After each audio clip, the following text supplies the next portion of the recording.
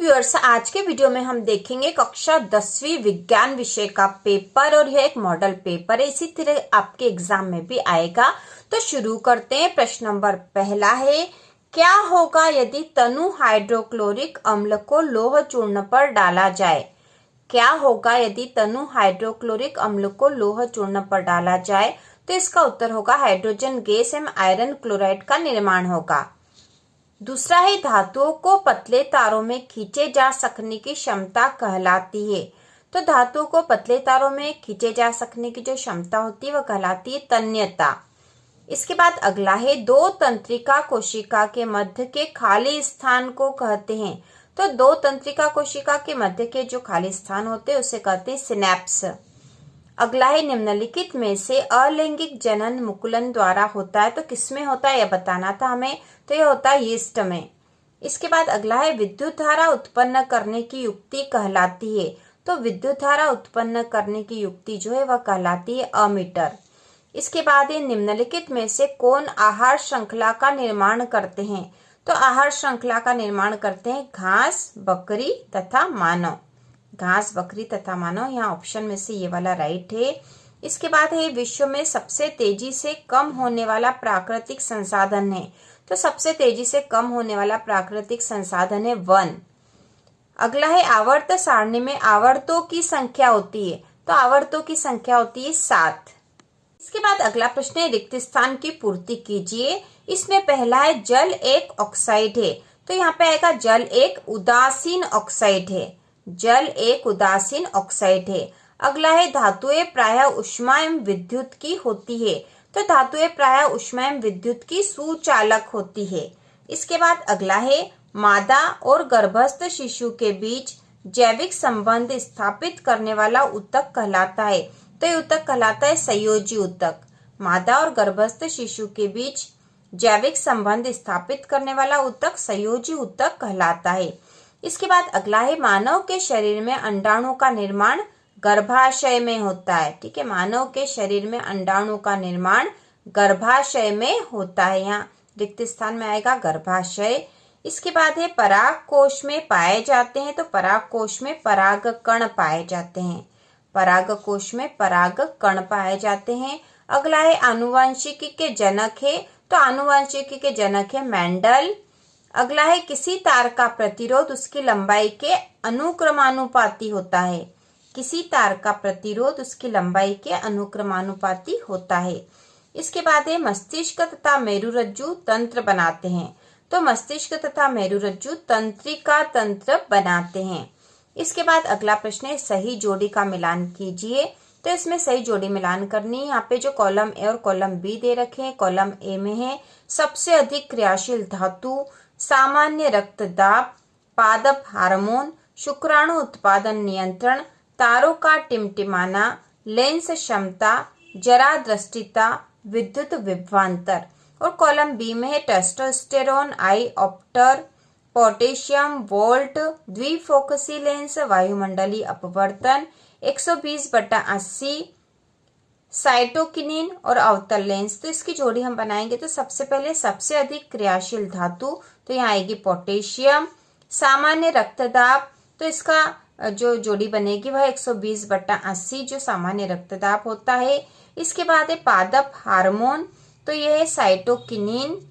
अगला जो चौथा है, शुक्राणु उत्पादन नियंत्रण, तो इसका आएगा टेस्टोस्टेरोन। अगला है तारों का टिमटिमाना, तो यह है वायुमंडलीय अपवर्तन आएगा, क्योंकि तारों का टिमटिमाना वायुमंडलीय अपवर्तन के कारण होता है। इसके बाद है लेंस क्षमता, तो ये होती डाईऑप्टर। और जरा दृष्टिता, जरा दृष्टिता में आएगा द्विफोकसी लेंस।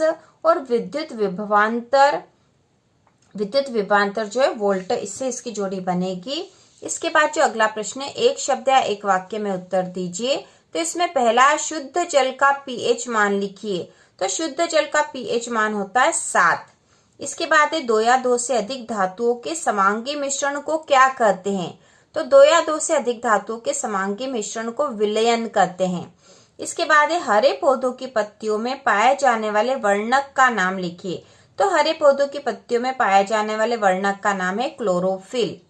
अगला है, नर युग्मक एवं मादा युग्मक के संलयन को क्या कहते हैं? तो नर युग्मक तथा मादा युग्मक के संलयन को निषेचन कहते हैं। अगला है लिंग निर्धारण करने वाले गुणसूत्रों के नाम लिखिए। तो लिंग निर्धारण करने वाले गुणसूत्र होते हैं XY। इसके बाद है निकट दृष्टि दोष दूर करने में कौन सा लेंस उपयोग किया जाता है? तो यह होता है अवतल लेंस। और विद्युत प्रतिरोध का SI मात्रक, तो इसका SI मात्रक है विभवांतर। इसके बाद अगला प्रश्न है श्वसन की क्रिया ऊष्माक्षेपी है या ऊष्माशोषी? कारण लिखिए।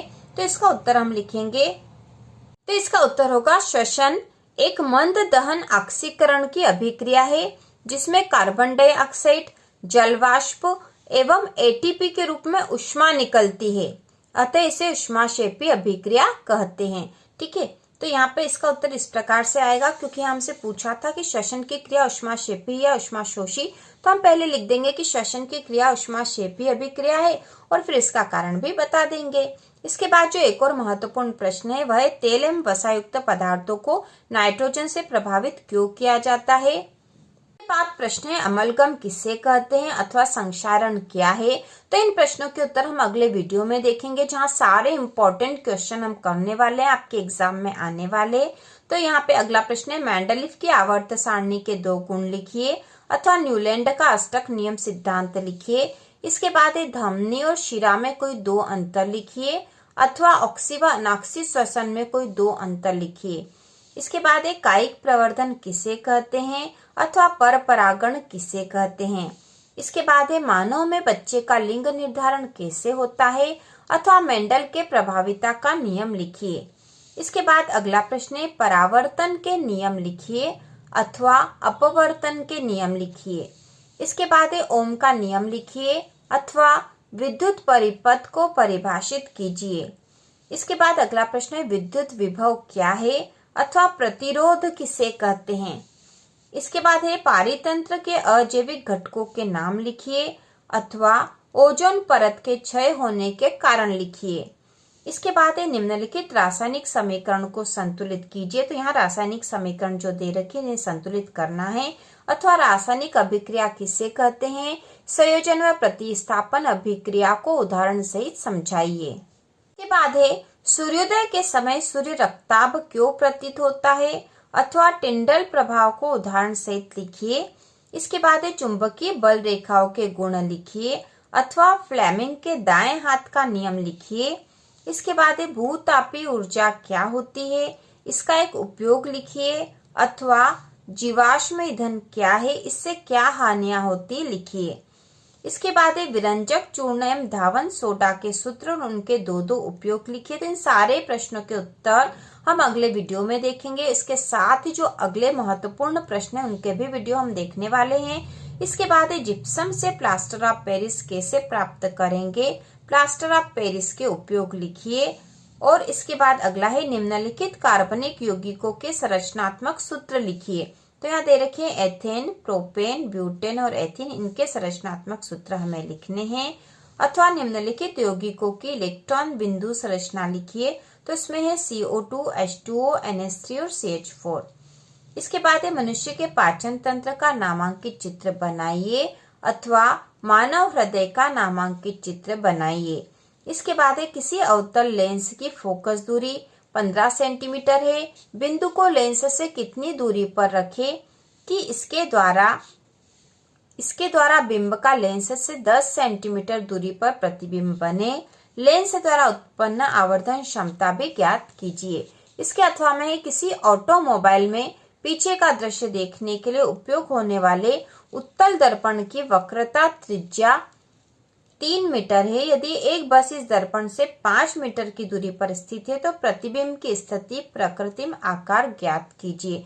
तो इस प्रकार एक मॉडल पेपर हमने देख लिया है कक्षा 10वीं विज्ञान विषय का। और विज्ञान विषय के इम्पोर्टेंट क्वेश्चन अगले वीडियो में हम देखने वाले हैं उत्तर के साथ में।